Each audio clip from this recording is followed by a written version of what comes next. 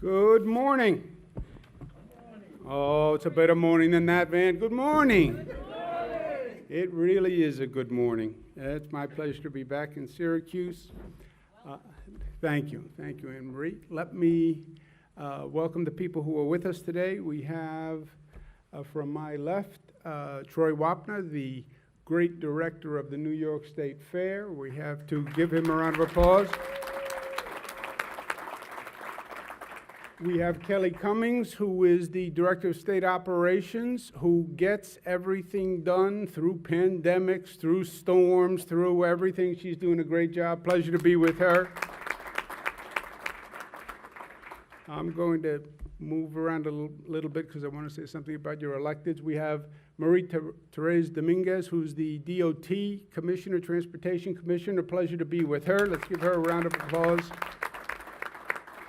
Richard Ball, who's the Commissioner of Ags and Markets and Agriculture and Markets, runs the State Fair, and the Commissioner has brought a hands-on experience and years of experience where he has done a really phenomenal job in his position. Let's give him a round of applause.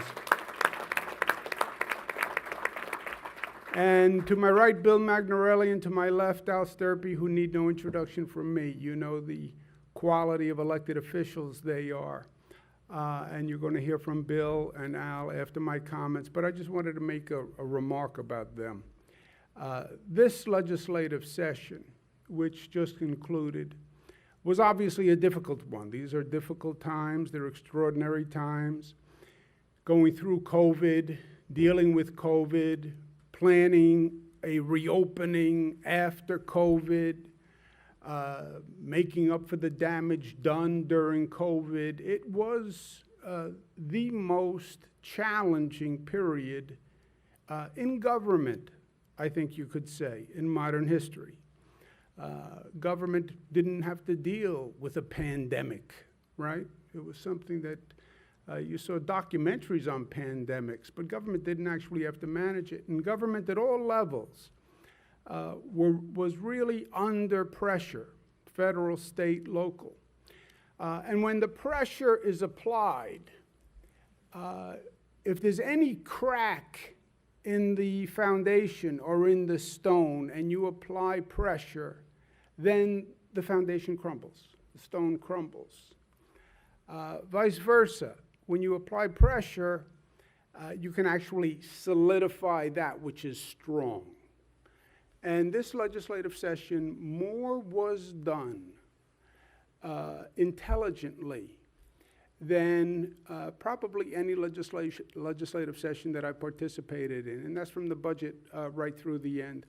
And it is not easy. It is not easy, especially now in this superheated political environment. You know, state of New York, we have the most conservative people in the country. In the state of New York. And that's their ideology, and they're represented in the legislature. We also have, at the other end of the spectrum, literally socialists who stand up and say, we are socialists. And they're at the other end of the political spectrum. And to get something done, you have to somehow find a way to forge consensus and to bring people together, even if they're diametrically opposed. And that's what Bill and Al had to deal with along with their colleagues. Also, superheated political environment, everybody has an opinion. Everybody has an opinion. Everybody knows what should be done, what should have been done. Everyone has 20/20 hindsight. But then there are facts. Right? Opinions are nice. My father, God rest his soul, used to say, that's nice. I like to hear your opinion. He didn't really want to hear my opinion, but he used to say that just to sort of be nice. Yeah, but he said it in a way that you knew he didn't really mean it. Yeah, I like to hear your opinion. You know what I like more? Facts. I like facts. Because there are no Democratic facts and Republican facts, or there are no conservative facts or socialist facts. A fact is a fact. Here is the fact. New York State had the highest COVID positivity in the country, if not on the globe, okay?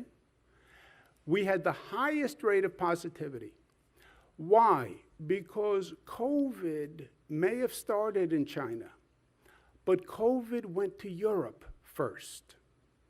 And then the flights from Europe landed in New York. JFK Airport, New York Airport, and that tri-state region. And COVID was coming to New York before anybody knew it. Everybody was still pointing towards China. Forget China. It left China. It got on a plane and went to Italy and Spain and France, and nobody knew it, and all those flights were coming here for months. And that's why our COVID number exploded early on, because it had been coming for months and nobody knew it. Highest positivity in the country. You remember those frightening days. We've gone from that point to today, where New York State has virtually the lowest positivity rate in the United States of America. That is a fact.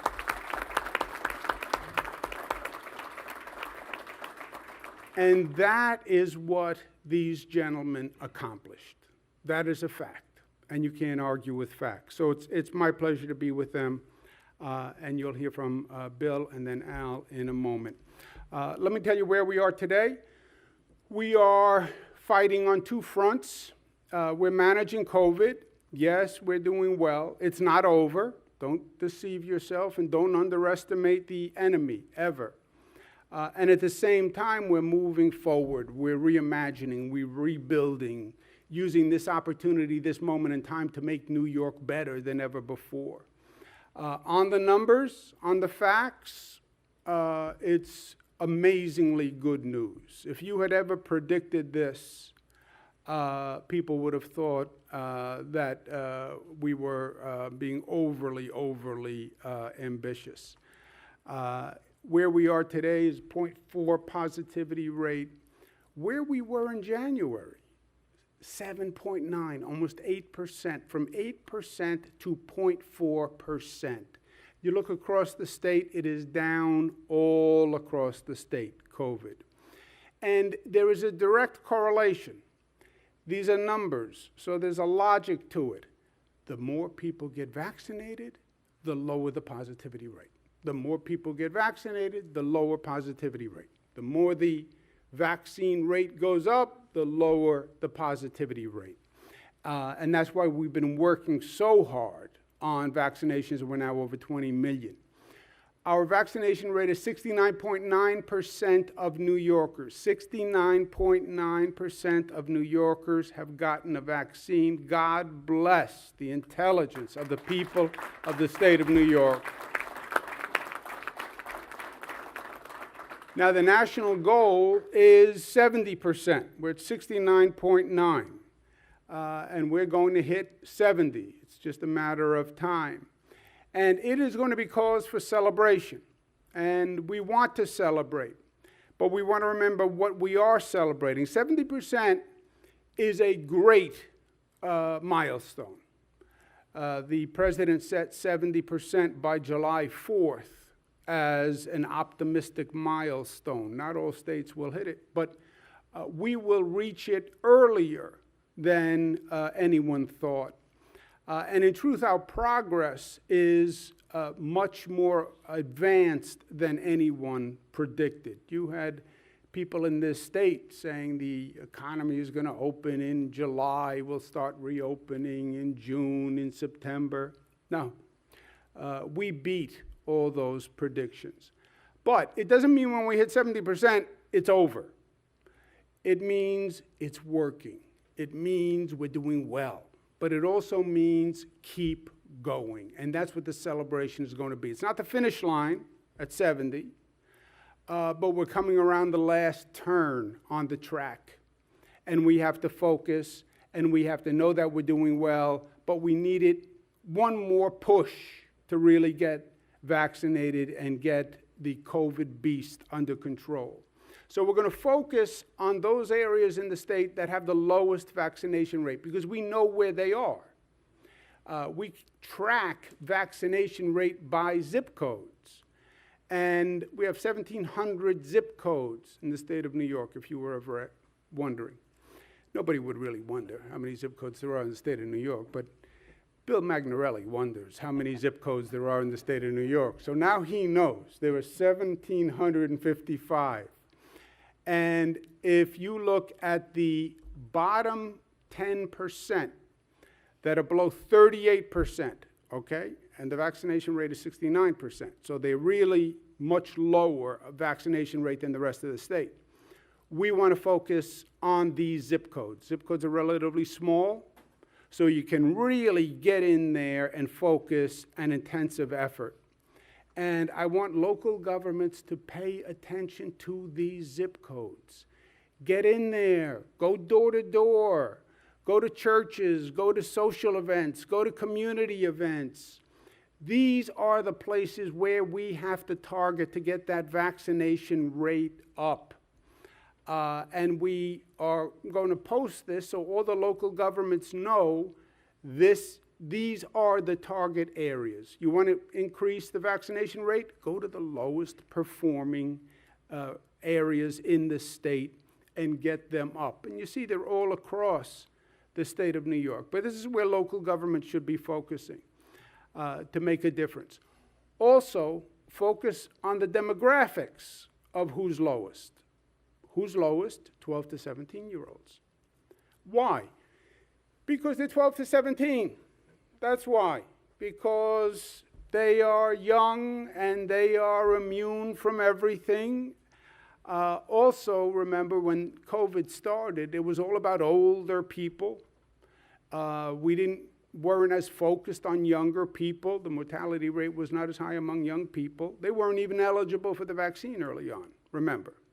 So they are a little bit late to the vaccine race, but we're focusing on the 12 to 17. And one of the incentives we have is 12 to 17-year-olds who come and get a vaccine. They are eligible for a raffle every week. The winners, 10 winners, win a full 4-year scholarship, room and board to a state school. That's about a $100,000 value.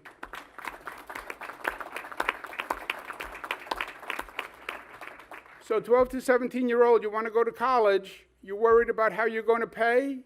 Get a vaccine. It's good for you to get a vaccine anyway, and you're in the running. Parents, you're worried about how to pay for college? Tell your 12 to 17-year-old, get out of the house, go get a vaccine, say a prayer on the way back, and hope you win, because I don't want to have to pay your college tuition if you can get a full scholarship.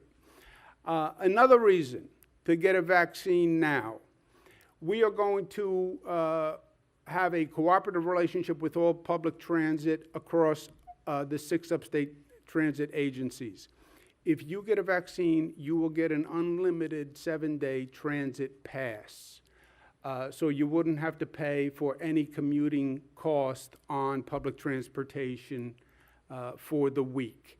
And that is every upstate transportation agency is working with us on that. So Central New York Regional Transit Authority, if you get a vaccine now, you will get a 7-day pass. That's another good reason to get it done.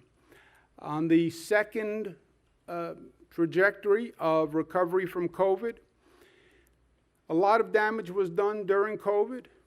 Unfortunately, a lot of people who are poor and lower income, they paid the brunt during COVID. You look at the children who had to do remote learning. You look at the children who are in households where they lost their jobs. They tend to be poorer, low-income communities. And we want to make sure that we're repairing that assistance. Beginning today, $2.2 billion in food assistance will be available to 2.5 million poor families in the state of New York, because we take care of our own, and everyone should have enough to eat. And I'm proud of New Yorkers for doing this. And we're looking forward to a great summer. This summer has to make up for everything we went through the past year. There's a lot of making up to do, a lot of socializing to do, a lot of friends to see, a lot of activities, because we have been in the house for too long. We've been in isolation for too long. We're not meant to be in isolation. We are social beings. We're meant to see friends and family and smile and enjoy activities, and that's what we have to do this summer. And we're going to start with the New York State Fair. We announced guidance for the New York State Fair. We announced guidance for the New York State Fair at a totally different time. At that time, the statewide positivity was 2%. It's now down to 0.4%. So we're going to revise the guidance. When the facts change, then change your strategy, right? And this has been an evolving, changing situation all along. So when the facts change, change. The facts changed. We're going to reopen the New York State Fair. We're going to reopen the New York State Fair at 100% occupancy. Everything will be open at the New York State Fair. All the buildings, all the events. It will be the great New York State Fair that we are all so proud of.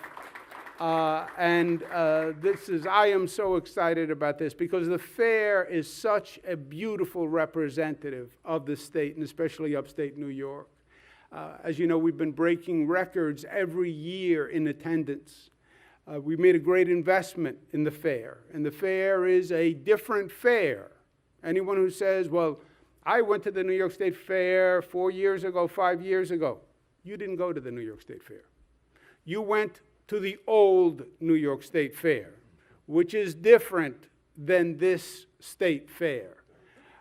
It's improved, it's bigger, it's better, it's more convenient, there are more attractions.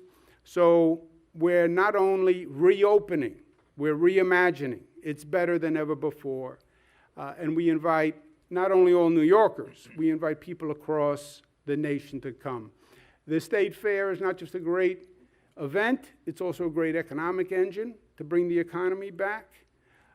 It brings in 1.3 million visitors, 28 states, 6 countries come to our fair. Isn't that fantastic? $100 million in economic activity. So we want to lean into this. We want to be aggressive about it. We want to advertise it. We want to push it. We want to say New York is not just reopening, we're reimagining. We're coming back in a big way.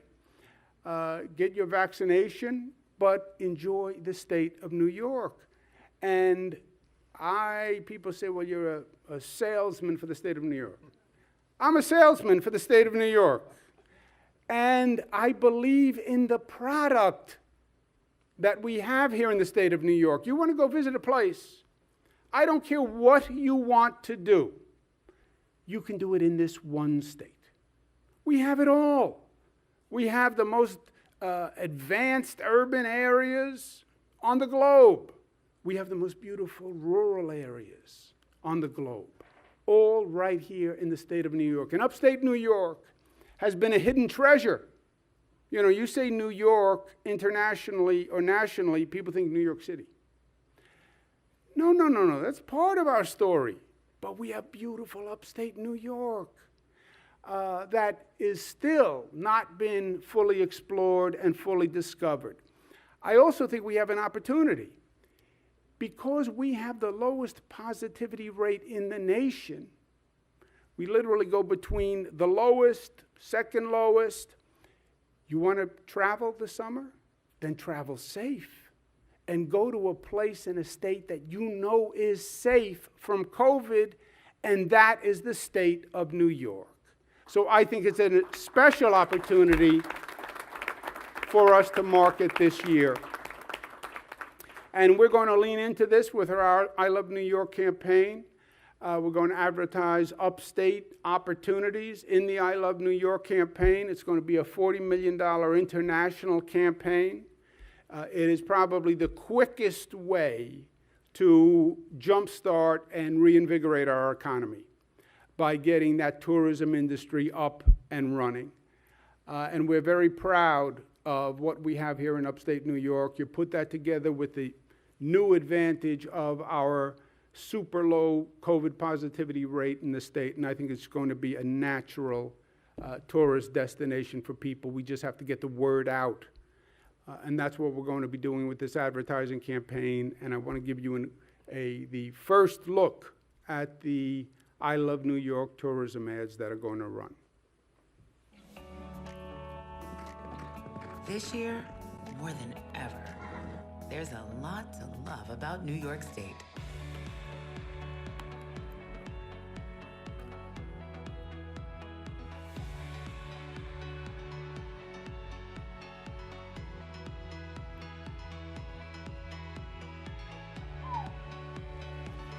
Come be a part of it. Plan your summer getaway at iloveny.com. One more. It's time to get out and explore New York State.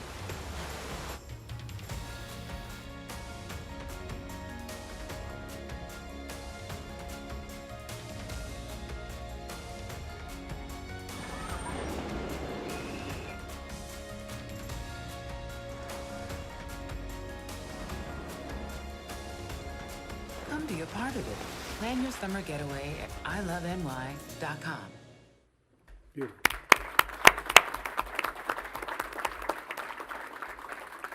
So with that, let me turn it over to my colleagues, Bill Magnarelli and Al Sturpey, and let me thank them again from the bottom of my heart for a job really well done. Public service, you serve the public, and in this past year, the public needed quality service and leadership like they've never needed it, and they got it, and that's a fact. Bill Magnarelli.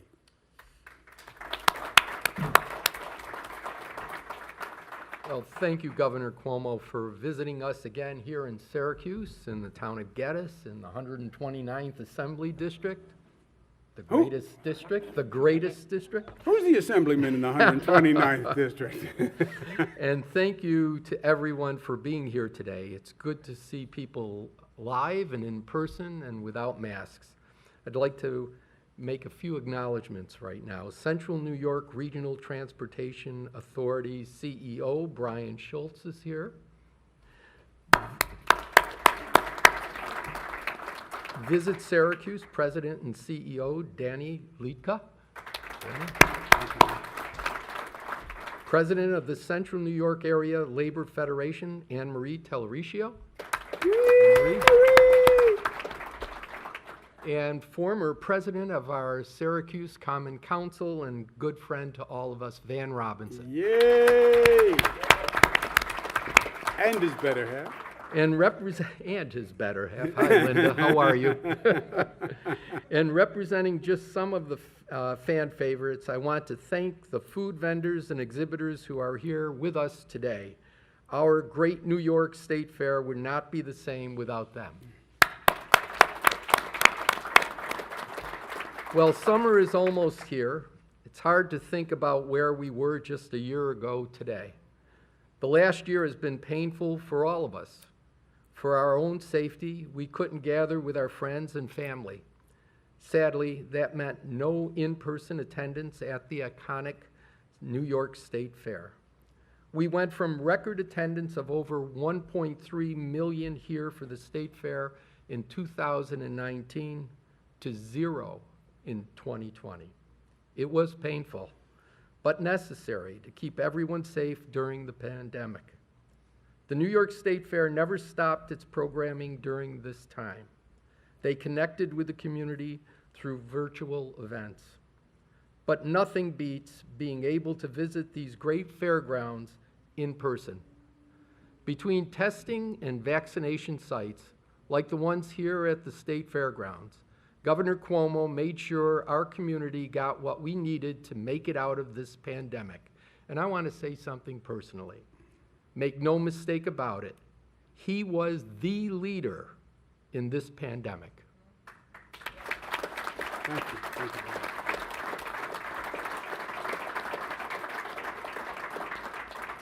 Now, the end of this painful period is in sight.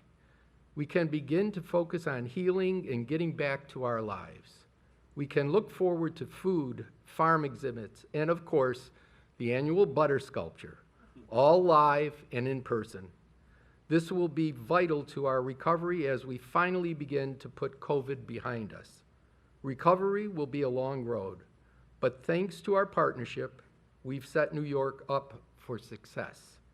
We work together to pass one of the hardest and most important budgets we've ever done.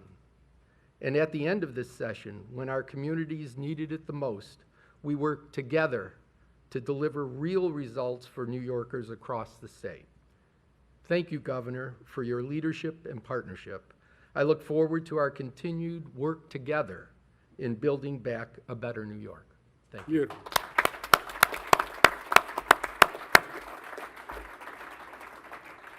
And Assemblyman Al Sturpey, who, again, as you know, from his local leadership, is a great representative. But in these difficult times, his voice has been powerful all across the state.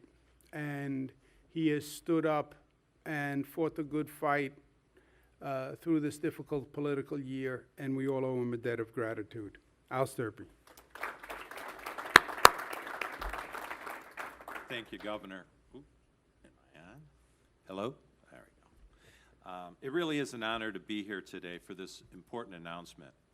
I mean, the New York State Fair is so important to this region's identity and economic well-being. We're all anxious to get back to some semblance of normalcy as safely and as soon as possible. Thanks to Governor Cuomo's leadership, we're almost ready to close the final chapter on COVID. Today's announcement means more than getting back to normal. It means healing for this community. It means something to look forward to.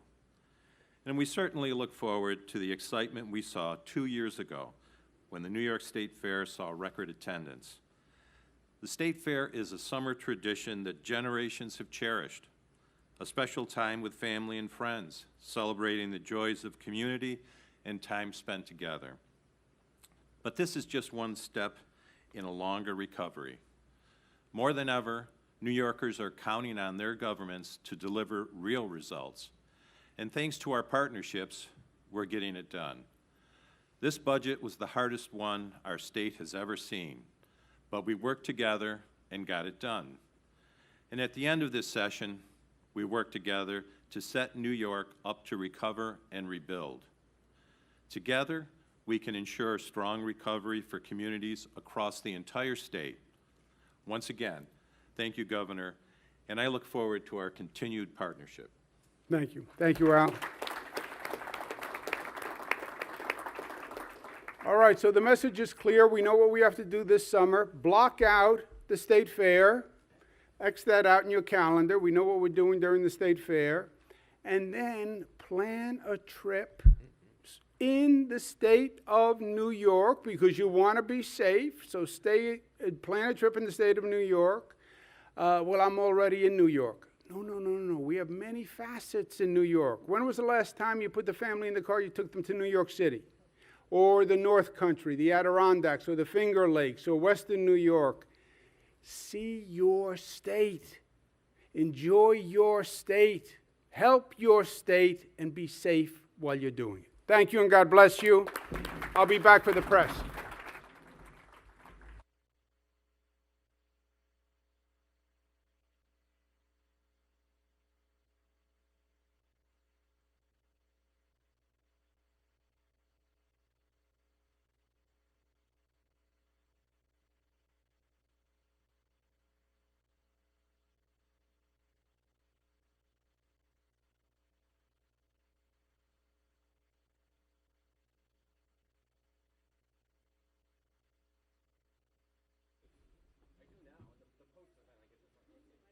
Okay, Emery. Pleasure. Everything good?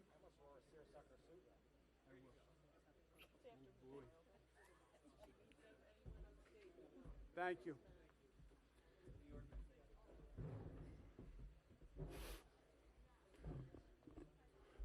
Okay, let's take a couple of questions. Governor, how will the New York State Fair look differently? We heard your presentation that it will be more normal than initially planned, but vaccination requirements, any kind of limits to some of the buildings, anything different from what people are used to? 100%.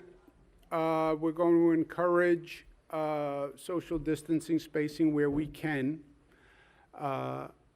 We are asking unvaccinated New Yorkers to wear a mask, but that is on the honor system as a New York State person. So unvaccinated people wear masks, but otherwise it will be the fair, as you know the fair. Will there be, I guess, continued looking at the numbers if the spike comes back or something like that? Obviously, you're going to... Yes, 100%. Good question, good point. Normally you set a policy and then that's the policy. And if you change the policy, people then say, oh, you changed the policy, you must have made a mistake when you set the original policy. In this situation, rigidity is an encumbrance. If the facts change the policy, right? And as the facts change, we change. Right now, the facts are all better and better and better than we thought. We're ahead of what anyone projected in terms of progress. So we're adjusting to the facts.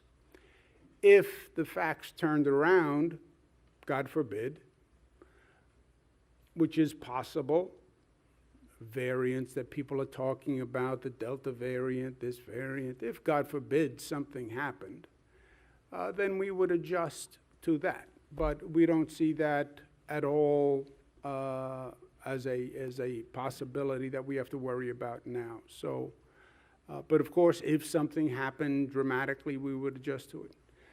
Troy, Commissioner Ball, if you want to comment on first question, how does it, will the fair look any different? I said besides masks, no. For the most part, it'll look exactly the same, except bigger and better than ever before.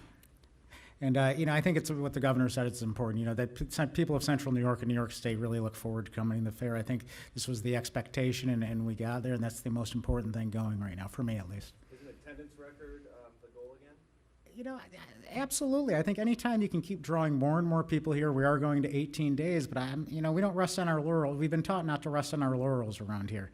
So, we're definitely going to go for records when we can get them. Will the Expo Center continue operating as a vaccination center during the fair? I think that's something that we continue to look at in the numbers, and certainly if there's another, we can certainly keep a vaccination site running, but there may be a different building or a different room on the fairgrounds that makes more sense. The governor to maybe reach the younger youth that you identified still might have that hesitancy to get vaccinated right here at the state fairgrounds, perhaps? Yes. I think as Troy said, we use every opportunity to push vaccinations, right? We've gotten quite creative, as I think you probably noticed. The partnership today with transit agencies, the ability to get a scholarship for 12 to 17-year-olds. The 12 to 17-year-olds, I don't think, there are different issues. There is a hesitancy issue, but I don't think that's the 12 to 17 problem. The 12 to 17 problem is, this is relatively new. Remember, they were only eligible several weeks ago for the vaccine. And they were never on the radar screen as a population where we had a high concentration and a high concern rate. So it's really communication, if anything, to the 12 to 17, who have been in many ways exempted thus far. And they do have an attitude that government suggested for the past year, that this is not a problem of particular concern to them. And we are changing the message because they were not the first priority, but we're now beyond the first priority, and it is about them. So I think it's more a communication issue, an education issue. It's not a hesitancy issue. We have a hesitancy issue. You know, you have 20, 25% of the people in this state who just will not take a vaccine, who don't believe in it, who are afraid of it, who don't want to take a needle. Some people don't believe in vaccines, period. Remember, we had this issue with the measles vaccine a couple of years ago. People who are just anti-vaccination, who don't believe in it. And it was a very loud and controversial issue. We have people who didn't put their child in school because of the mandate for a measles vaccine. And they're homeschooling their children to this day because they won't take the measles vaccine. So there's a real percentage of the population that just is anti. Then there's a hesitant sort of fringe population, which I think has been taking a wait-and-see attitude. And what I say to them is, I understand that. You don't want to be first. Okay. 20 million people have gone. You're not first. That's a large sample of people. And that hesitancy is an ongoing dialogue. Why are you hesitant? You're not dramatically opposed or diametrically opposed, but you're still hesitant, you're on the cusp. So there's sort of subgroups within that 30% of New Yorkers. But the 12 to 17, I think, I don't think it's really hesitancy or opposition. It's just, this is news. This is new to them. Governor, the DOT commissioner at the table inspires this question. There's a real divide in this community about the future of Interstate 81. You've allocated money in the budget for the project most recently. The people who are against the boulevard accept now that a boulevard grid concept will happen, but still have hopes that there's some high-speed access through downtown. Iconic bridge is now the term they're using and hoping for. Would you and the commissioner update us on I-81? We know it's being reviewed by the federal government, but is it indeed that high-speed access will leave downtown Syracuse? Commissioner, do you want to take this? Sure.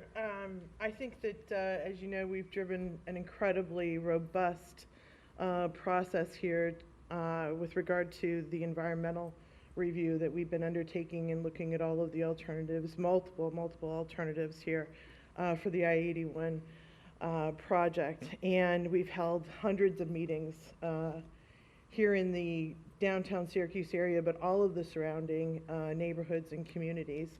And what you're seeing now is all of that input into a, working towards a final environmental review. And we are very much engaged with the Federal Highway Administration at USDOT to look to come back, hopefully sometime this summer, as early as this summer, with additional public engagement to look towards a final EIS here sometime very soon. Recognizing that a lot of good ideas have been put on the table. The community grid is indeed a very robust plan, and as we look to further public engagement, we'll take everything. Excuse me one second, can I just comment on that? You're right, obviously. I understand the history of the issue. I understand the division on the issue. I understand the complexity. Think about this also, though. It is virtually impossible to find a circumstance where you can undertake a major project that will make a major difference. That is not controversial. It doesn't happen. Almost by definition, if it is a big project, there's going to be opposition. The question is, what does the political system do in the face of lack of consensus, let's call it? The political system runs by consensus. Politicians want to make everybody happy. I want you happy, I want you happy, I want you happy. Well, you can't find a solution to make everybody happy. Okay, then I'll do nothing. That's what this state, that's what this nation has done for too many years. You know what happens? Nothing. That's what happens. Nothing. You sit here and you'll debate the best option for I-81 and how do we find consensus. You cannot find consensus. I've never done a big project that had consensus. LaGuardia Airport in New York City. Everybody says, an embarrassment to the state of New York. We need a new airport. We're now building a new LaGuardia Airport, first new airport in the country in 25 years. There's opposition to the new airport. Why? Local community doesn't want it. Who wants this? Who wants that? Who doesn't? The planes are dangerous. There's going to be political opposition. New replacement for the Tappan Zee Bridge, debated for 30 years. Buffalo, they talked about building a peace bridge to Canada, new peace bridge. They debated it for 20 years. They couldn't get consensus. They never built the bridge. So the commission has done a great job consulting everyone. But sometimes it's not a question of consulting. You can understand everybody's point of view. You just can't get everybody to the same conclusion because they have a different interest, right? Depending on where you live, you're going to have a different interest. So then the question is, do you do nothing or do you do something? And something is usually better than nothing. But you do your best to find consensus, and that's what they're doing. I want to make sure Commissioner Ball didn't have any comments on the fair, any misstatements that I made, anything you want to add to myself or Troy? No misstatements. Thank you. But I do want to just mention, to your point about young people in the fair and vaccination sites, you know, we have an opportunity to talk to, the last time we had a successful fair, 1.3 million people in one place. And we have to take advantage of those opportunities to connect the dots. And the state fair is such a great example of connecting the dots between our agricultural community, our young people, about so many things. So I think we really want to drive that point home, that this is an opportunity to educate them. Along those lines, Governor, and getting back to you, Pat, what are you going to say to people? Because we can say these facts, and there's still going to be people that say, I'm not going. People have told me, I'm not going to the fair. To encourage, I mean, some of the zip codes that you went up there showed significantly higher non-vaccination rates up in the central New York area, certain pockets. What would you say to people that say, oh, there's going to be unvaccinated people there, it's dangerous, I'm not going? Get a vaccine. If you get a vaccine, you don't have to worry about unvaccinated people because you have the vaccine. I am vaccinated. You may not be vaccinated, but you don't pose a risk to me because I am vaccinated. So if you are vaccinated, what are you worrying about? Now the only question is the effective rate of the vaccine, which is 80, 90%, whatever it is. So if you're concerned about that, get a vaccine. Well, there'll be unvaccinated people. That's their problem. They have to worry about catching COVID, not you. Let's take one more. I cut you off, I'm sorry. Vaccination status is not going to be checked like when you're getting your ticket at the door. It will not be checked, but I think during this period of COVID, people have acted honorably and graciously and with integrity. If you're not vaccinated, there will be signs that say, wear a mask if you are not vaccinated.